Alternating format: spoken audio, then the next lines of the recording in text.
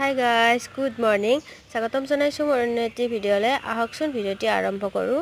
আজি বনাবলৈ লৈছো কচু আৰু বৰালি মাছ। এয়া মই কচুটো ভালদৰে ধুই লৈ চেলাই লৈছো। কচু চেলাবলে বেয়াই পাওঁ, তথাপিতো উপায় নাই, খাব লাগিব যেহেতু চেলাবই লাগিব। এয়া ভালদৰে ধুই লৈ চেলাই লৈ সৰু সৰুকৈ কাটি লৈছো। এইফালে কেৰাহী বহাই দিছো মাছ ভাজিবলৈ। মাছখিনি ভালদৰে ভাজি লম। এয়া মাছ ভাজিবলৈ বহাই দিছো। এয়া মাছ ভাজি আছো। এয়া মাছ ভাজি থাকোতে হাতখনত মাছৰ তেলে পুৰিলে, মাছ ভাজিলে মোক পুৰে। এয়া মাছ ভাজি আছো।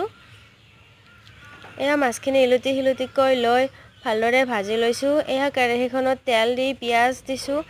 পিয়াজখিনি ভালদৰে ভাজি দি ইয়াতে এড কৰি দিছো মছলাখিনিৰ লগতে জিৰাও দিছিলো।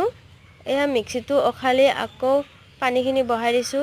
ইয়াতে হালধি আৰু নিমখখিনি দি মছলাখিনি ভালদৰে ভাজি লৈ ইয়াতে এড কৰি দিছো কচুখিনি ভালদৰে লৰাই লৈ ভাজি গেছটো লো ফ্লেমত দি ঢাকনি দি সিজিবলৈ দিছো।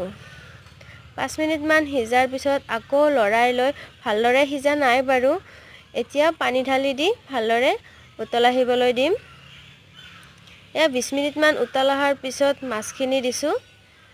আকৌ ভালদৰে অলপ সময় উতল আহিবলৈ দি এয়া বন্ধাকবি ভাজি আছো। এয়া মাছৰ তৰকাৰী হৈ আছে।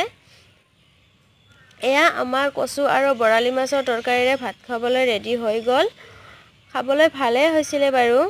ভিডিঅ'টো চাই যদি ভাল লাগে মোৰ চেনেলটো সাবস্ক্ৰাইব কৰি কাষতে থকা বেল আইকনটো প্ৰেছ কৰি অল কৰি দিব। আজিলৈ আহিছো। ভিডিঅ'টি চোৱাৰ বাবে বহুত বহুত ধন্যবাদ।